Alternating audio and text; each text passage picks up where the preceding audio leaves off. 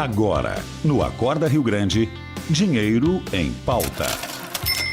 Com Jonas Schwingel, do canal Seja um Holder. Jonas Schwingel, Dinheiro em Pauta, muito bom dia. Bom dia a todos os ouvintes, né? Bom dia a todos aqui presentes. Vamos lá para mais um assunto, né? E aí já me adiantaram que tem uma pergunta que ficou da última. Ficou questionamentos da última que a gente fez, que tu explanou para nós, para os ouvintes, é questão de investimentos, aonde investir, trouxe as informações de buscar a taxação da CDI, né? Isso, 100% CDI. 100% CDI, CDB, CDI, LCI, LCA, isso, essas informações aí. Bom, teve ouvinte que depois pediu contato, repassei o Instagram de vocês lá, Seja um Holder, mas os ouvintes dizendo que tem uma carência de 9 meses.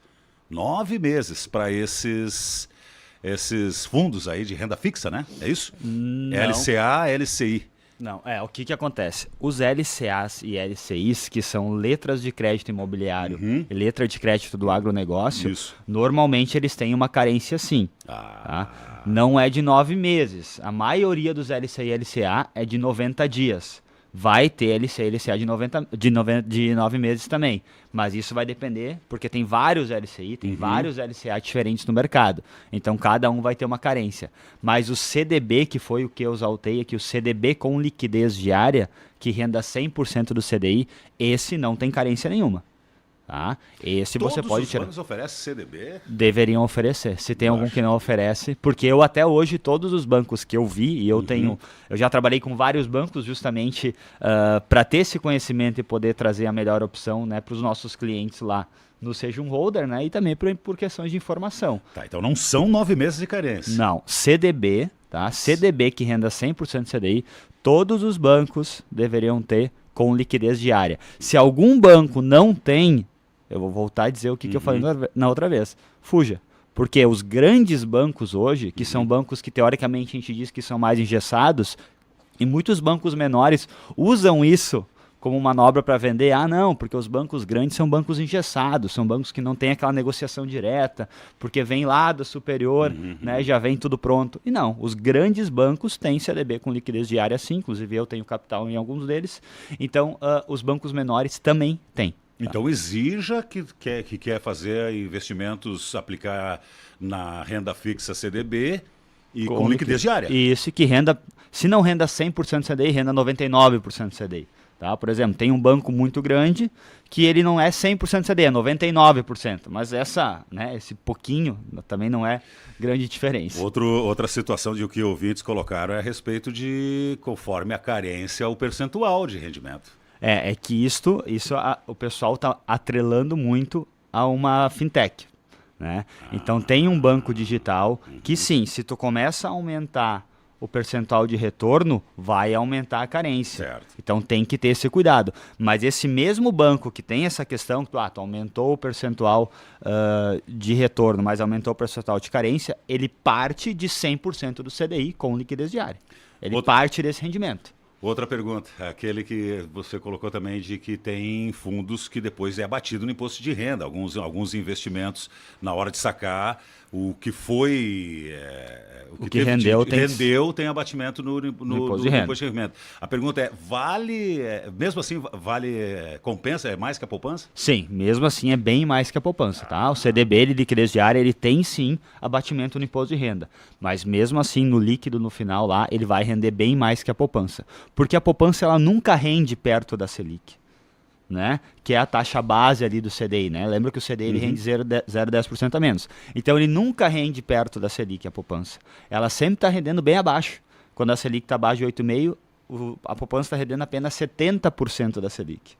Tá? E quando está acima, ela rende apenas 0,5% ao mês. Né? Então ela sempre vai render abaixo, mesmo com incidência de imposto de renda. E se alguém ficar com alguma dúvida, pode me questionar lá no Seja um Holder, que eu vou mandar um gráfico mostrando comparativos de poupança. Vou mostrar um site onde vocês podem fazer essas comparações que mostra tudo certinho. Importante que você colocou agora, Jonas, porque depois tem ouvintes que ficam questionando e pedindo contato para vocês. Então entra lá no Seja um Holder, né? no Instagram. Isso, perfeito. nas redes sociais, no Instagram, e faz a pergunta. Entra em contato com vocês que vocês vão prestar essa consultoria e informar melhor. Isso, inclusive nos sábados, hoje eu vou abrir caixinha de pergunta lá. Então ficou dúvida, pode mandar lá que eu vou mostrar com gráfico, tudo certinho lá para zerar qualquer tipo de dúvida que tem em relação a isso. Legal, Jonas. Bom, e o que tu trouxe para hoje, para nós, desse dinheiro em pauta de hoje, dessa véspera de Páscoa aí, que tá uma função aí, o comércio aquecido, inclusive, perspectiva aqui, ó, olha só, Jonas, da economia,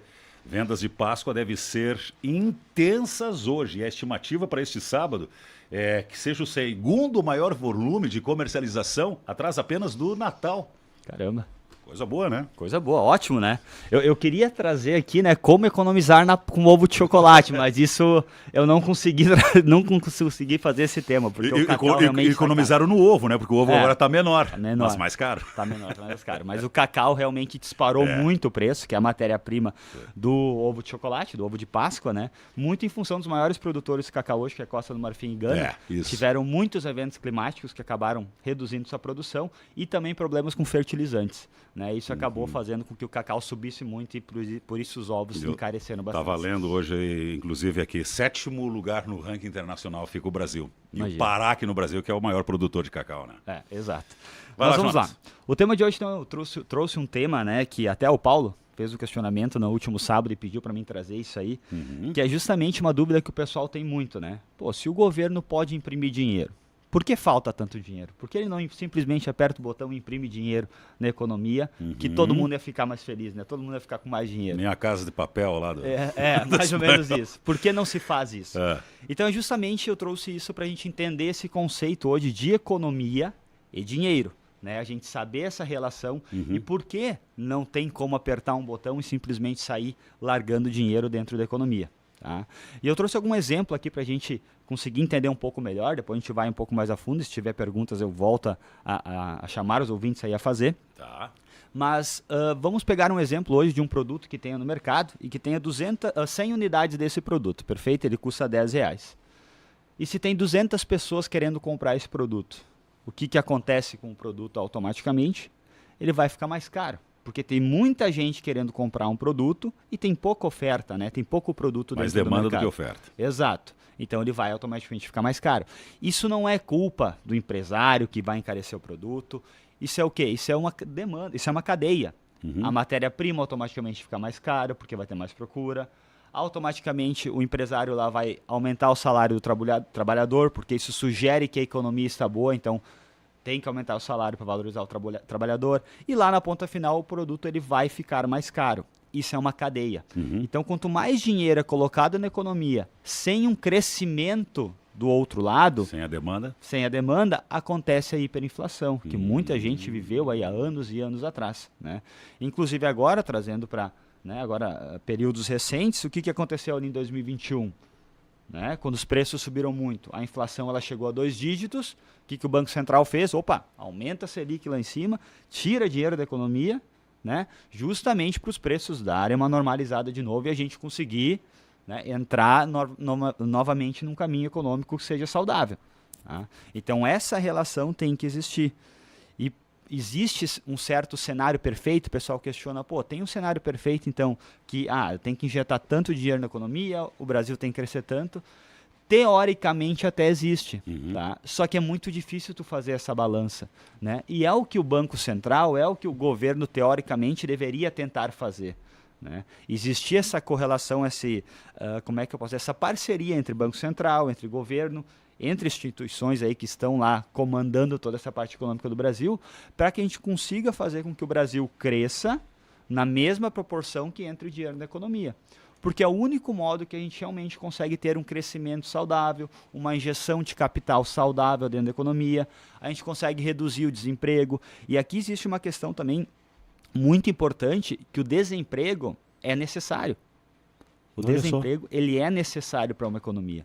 Né? Existe estudo até nos Estados Unidos, onde eles analisam esse cenário perfeito da economia americana. No Brasil não tem, e o que tem não é muito confiável. Tá? Então, por isso que eu não trago o dado aqui. Mas existe nos Estados Unidos que tem uma taxa de desemprego que é a taxa ideal para que a economia cresça, né?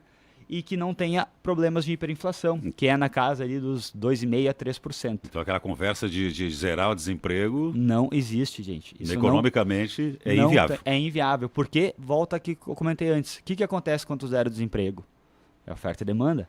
Vai ter muita gente no mercado, não vai ter mais como contratar pessoas, automaticamente tem que aumentar o salário das pessoas que estão lá, aumentando o salário, aumenta custo, vai ter que aumentar lá na linha final os preços e começa a gerar uma hiperinflação também. Então o desemprego, infelizmente, tá, é necessário, claro que eu não quero que ninguém fique desempregado, mas são dados econômicos. Isso é assim que funciona a economia. E ela tem que funcionar assim, porque senão, no final das contas, todo mundo acaba sofrendo. Estados Unidos é um exemplo desse equilíbrio na economia. Exato, Estados Unidos, porque eles têm estudos que mostram justamente isso. Tem o percentual dos desempregados lá? Eu não tenho o atual, tá? Eu não sei te dizer certo, mas o percentual... para fazer uma comparação aqui com o Brasil. Eu não tenho certo agora. São mais 300 milhões lá, né? Sim, mas daria para fazer uma comparação, o que daria. seria? Claro que, né, a economia americana está anos-luz em termos de maturidade que a economia brasileira, né? Tanto que a taxa de juro hoje lá na casa dos 5,25%, 5,5%, aqui no Brasil já está baixando também, e lá eles estão na máxima dos últimos 20 anos, né? Justamente porque aqui o Brasil, ele conseguiu se adiantar dentro desse cenário econômico. Então isso é um ponto positivo para o Brasil. O Brasil, hoje no mundo, é um dos únicos países que está realmente descendo a taxa de juros e já está buscando uma retomada econômica. Vários outros países ainda estão marchando nessa, inclusive os Estados Unidos é um deles. Então, se prevê que nos Estados Unidos, em junho, julho, ali começa a ter uma queda na sua taxa básica de juros. Né? Porque essa é outra relação que é importante a gente entender. Né? A gente fala do dólar. Né? Por que o dólar muitas vezes sobe se a taxa Selic aqui no Brasil, a taxa de juros está baixando? Isso quer dizer que a nossa economia está melhor? Porque a gente tem que buscar o ponto de vista do investidor. Né? Por exemplo, se eu tenho dinheiro para investir, eu vou investir num país como o Brasil para ganhar, agora estou dando um exemplo hipotético, 10% ao ano, ou vou investir num país que nem os Estados Unidos, em dólar, para ganhar 5,5% ao ano? Então esse é o questionamento que se faz. Por isso que muito capital, e a gente vai ver agora os últimos 6, 7 meses, muito dinheiro saiu aqui do mercado brasileiro. Muito dinheiro estrangeiro saiu. Por quê? Porque essa paridade da taxa de juros Brasil-Estados Unidos, ela está começando a ficar muito próxima. Então o risco maior que se tem em investir no Brasil, ele acaba não compensando. Então o que o pessoal prefere? Não, eu vou ganhar 5,5% lá em dólar, que é mais seguro para mim. Mais seguro, mais conservador. Então, por mais que aqui tenha oportunidade, sim, eu ressalto muito isso. Eu sou um cara que invisto praticamente todo o meu patrimônio está no Brasil. Eu tenho uma parte lá fora em função de segurança, mas aquela pessoa grande, com milhões, bilhões, enfim, ele cuida disso, ele tem que preservar o seu capital.